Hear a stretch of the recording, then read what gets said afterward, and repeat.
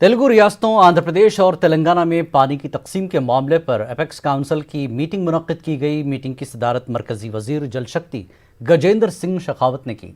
दोनों रियासतों के वज़राए आला ने वीडियो कॉन्फ्रेंसिंग के जरिए शिरकत की और अपने अपने मसाइल को दलाइल के साथ पेश किया। मरकजी वजीर जल शक्ति ने मीटिंग के बाद प्रेस कॉन्फ्रेंस करके तफसीलात बताई। केआरएमबी और जीआरएमबी दोनों के क्षेत्राधिकार को केंद्र नोटिफाई करेगा। एज पर द एक्ट जो है, उस एक्ट के सेंटर इज एम्पावर्ड कि हम उसको नोटिफाई करें। तेलंगाना के माननीय मुख्यमंत्री जी ने इसमें अपना विरोध व्यक्त किया, लेकिन हमने उनको भी बात किया कि जो है ये केंद्र सरकार का अधिकार है। हम ये चाहते हैं कि हम अपने अधिकारों का उपयोग करने से पहले इसको कंसेंसस बनाएं और उस कंसेंसस के आधार पर निर्णय हो, इसलिए हम इसको नोटिफाई करेंगे, ये हमने तय किया। दूसरा जो है वो जो भी परियोजना शुरू की जाए उसकी डीपीआर भेजी जाए जैसा मैंने कहा, और डीपीआर का इवैल्यूएशन हो। धन्यवाद देना चाहता हूं कि इस बात के लिए दोनों ने सहमति जताई है कि हम तुरंत डीपीआर जो है वो इवैल्यूएशन के लिए भेज देंगे। तीसरा जो है कृष्णा नदी के पानी के बंटवारे को लेकर के जो 2014 में और उसके बाद में 2018 में जो तेलंगाना स्टेट ने जो रिक्वेस्ट भेजा था सेक्शन 3 में ट्रिब्यूनल को रेफर करने के लिए, मैंने आज उनको आश्वस्त किया है, क्योंकि ये मैटर सब्सिडाइज है। सुप्रीम कोर्ट में पहले से तेलंगाना स्टेट इसको लेकर के गई है। एश्योरेंस देंगे विड्रॉ करने का, राइटिंग में कमिटमेंट भेजेंगे। हम इसको लीगली एग्जामिन कराएंगे कि इसको नया ट्रिब्यूनल बनाया जाना चाहिए या एग्जिस्टिंग ट्रिब्यूनल जो इस पे काम कर रहा है उसी को इस ये टर्म ऑफ रेफरेंस दे करके उसको ये काम दिया जाना चाहिए। जो भी विधिक राय आएगी उसके अनुरूप हम इसके ऊपर कार्रवाई करेंगे। और चौथा विषय जो मैंने आपसे कहा कि गोदावरी नदी के पानी को दोनों राज्यों के में बंटवारे को लेकर के और एक ट्रिब्यूनल का गठन होना चाहिए। दोनों ही राज्यों ने अपनी तरफ से इसके लिए रिक्विजिशन भेजने के लिए कहा है, तो हम तय प्रक्रिया के अनुरूप इसके ऊपर कार्रवाई करेंगे। ये रिजॉल्व हमने किया है कि केआरएमबी का मुख्यालय एज पर एपीआरए एक्ट उसको शिफ्ट करके और उसको जो है आंध्र प्रदेश में हैदराबाद से शिफ्ट करके आंध्र प्रदेश भेजा जाए, उसके ऊपर सहमति बन गई है। दोनों राज्यों ने अपने अपने सामने के प्रोजेक्ट्स पे कंप्लेन किया। उन्होंने उनके प्रोजेक्ट्स के लिए किया, उन्होंने उनके प्रोजेक्ट्स के लिए। मैंने उनको कहा कि ऐसा तो नहीं हो सकता कि हम अपने को ठीक माने, अपनी गलती को, और दूसरे की गलती को देखें। हमको जो है दोनों को एक दूसरे का के विषय में देखने के बजाय पहले अपने घर में देखना चाहिए। Thank you. दिल्ली के तेलंगाना भवन पर बीजेपी कारकुनों ने एहतजाज किया और तेलुगु रियासतों के दरमियान पानी के तनाज़ात को हल करने के लिए तलब किए गए इजलास एपेक्स काउंसिल के इजलास में तेलंगाना के हुकूक का तहफ़्फ़ुज़ करने की मांग की गई। एहतजाजियों ने एपी तेलंगाना के वज़राए आला पर आवाम के मफादात पर सियासी मफादात को तरजीह देने का इल्ज़ाम लगाया।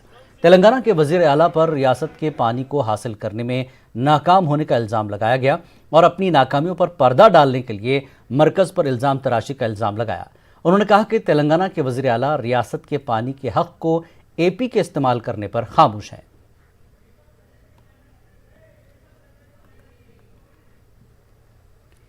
तेलंगाना में इंजीनियरिंग कोर्सेस में दाखिले के लिए मुनक्किदा एमसेट इम्तिहान के नताइज का ऐलान कर दिया गया।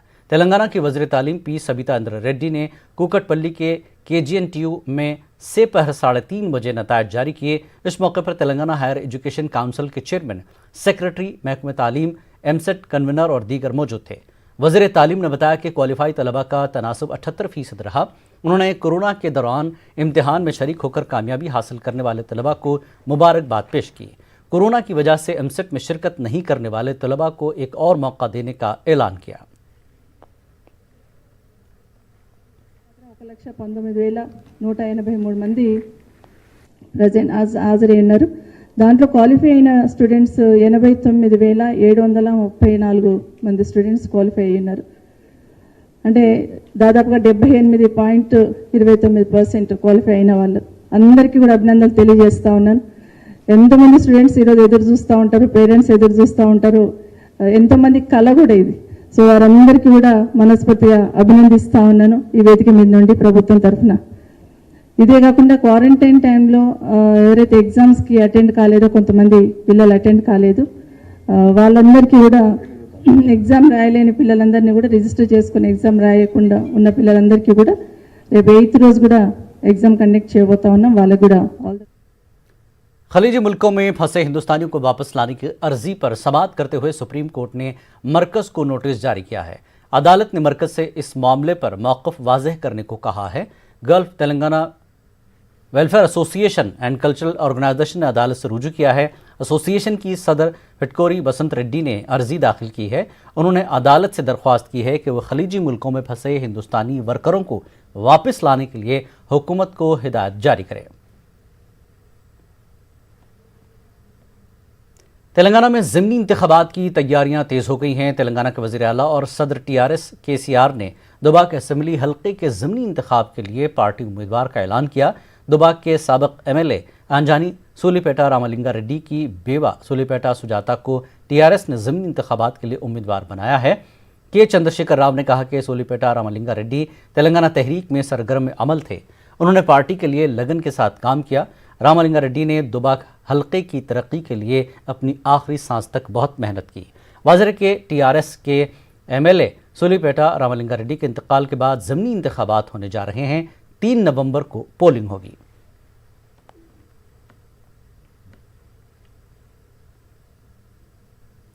ग्रेटर हैदराबाद म्यूनसिपल कॉरपोरेशन के इंतखाबात बैलेट पेपर पर होंगे। तेलंगाना इलेक्शन कमीशन ने सियासी पार्टियों से राय हासिल करने के बाद फैसला किया है।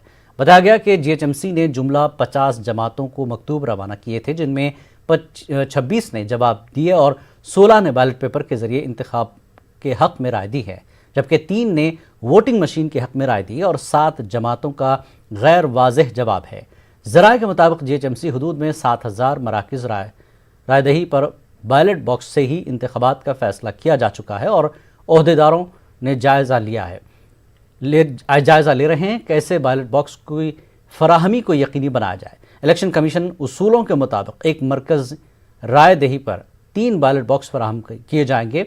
कोरोना वायरस के पेश नज़र मराकज़ रायदही की तादाद में इजाफा और हर मरकज़ रायदही पर वोटर्स की तादाद को घटाकर उन्हें दूसरे मराकज़ रायदही में मुंतकिल करने के इक़दाम किए जाएंगे। वाज़ेह के जीएचएमसी की मियाद 10 फरवरी 2021 में ख़त्म हो रही है।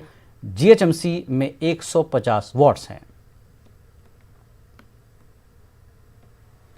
तेलंगाना में गुज़श्ता 24 घंटों के दौरान कोविड-19 के 1983 ताज़ा मामले सामने आए और 10 अमवात दर्ज की गईं। रियासत में कोरोना मुतासरीन की तादाद 2,02,594 हो गई है और आलमी वबा ने 1,118 अफराद की जान ली है। तेलंगाना में 1,74,769 अफराद कोरोना से शिफायाब हुए हैं, लेकिन अभी भी 26,644 अफराद मुख्तलिफ अस्पतालों में ज़ेर इलाज और होम आइसोलेशन में हैं। तेलंगाना में ताहाल 32,92,195 नमूनों की जांच की गई है। महकमे सेहत के बुलेटिन में बताया गया कि जीएचएमसी हदूद में 292, रंगारेड्डी 187, मेडचल मलकाजगिरी 145, खम्मम 117, करीमनगर 109, नलगुंडा 105 और दीगर अजला से ताज़ा मामले सामने आए।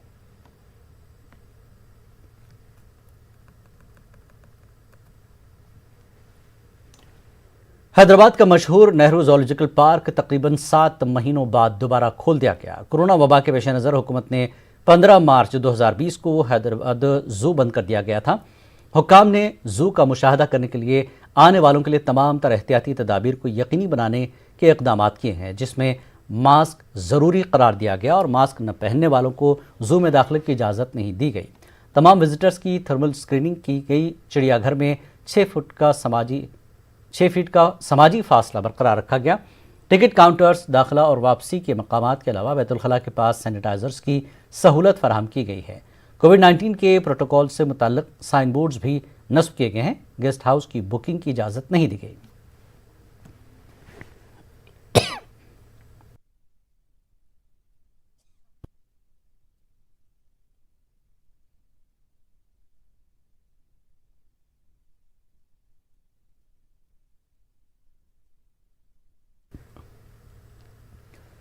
तेलंगाना हुकूमत की जानिब से रियासत को सरसब्ज़ व शादाब बनाने के लिए तेलंगाना को हरिता हारम प्रोग्राम शुरू किया गया है। इस प्रोग्राम के तहत रियासती हुकूमत ने 230 करोड़ पौधे लगाने का मंसूबा बनाया है और देही और शहरी इलाकों में जंगलात को फ़रोग़ दिया जा रहा है। तेलंगाना के इलाके नरसापुर में 2500 एकड़ जंगलाती इलाके को बचाने के लिए एक प्राइवेट कंपनी ने जिम्मेदारी ली है। इस प्रोग्राम में तेलंगाना के वज़ीर जंगलात इंद्र किरण रेड्डी, रुकन पार्लियामेंट संतोष कुमार और हेथ्रो फार्मा के चेयरमैन पार्थ सारथी, महकमा जंगलात के हुक्काम भी मौजूद थे।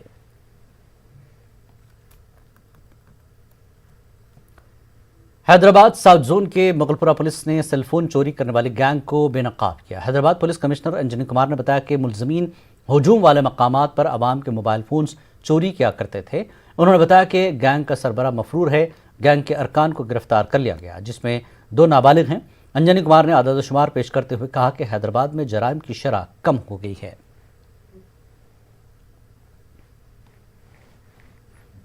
Hyderabad city police south zone के तरफ से मुगलपुरा पुलिस स्टेशन के हमारे ऑफिसर्स ने एक सेल फोन थेफ्ट का एक गैंग को डिटेक्ट किया और उसके गैंग मेंबर्स को अरेस्ट किया गया। और इसमें 2 जुवेनाइल ऑफेंडर भी हैं, माइनर्स जो हैं। रिकवरी से अभी तक 25 मोबाइल फ़ोन का रिकवरी हुआ है। ये लोग बिजी मार्केट प्लेस में, जब पब्लिक वहाँ बिजी रहते थे मार्केटिंग करने में, शॉपिंग करने में, उस समय ये लोग जाकर सेलफोन का चोरी करते हैं। 2018 में 80 केसेस हुए थे मर्डर के, 2019 में 84, 2020 में अभी तक 43। तो आपको लग रहा होगा कितना शार्प डिक्लाइन हुआ है। राइट केसेस में 2018 30, 2019 34, 2020 till now 14। Kidnapping cases 2018 402, 2019 522, so far in 2020 309.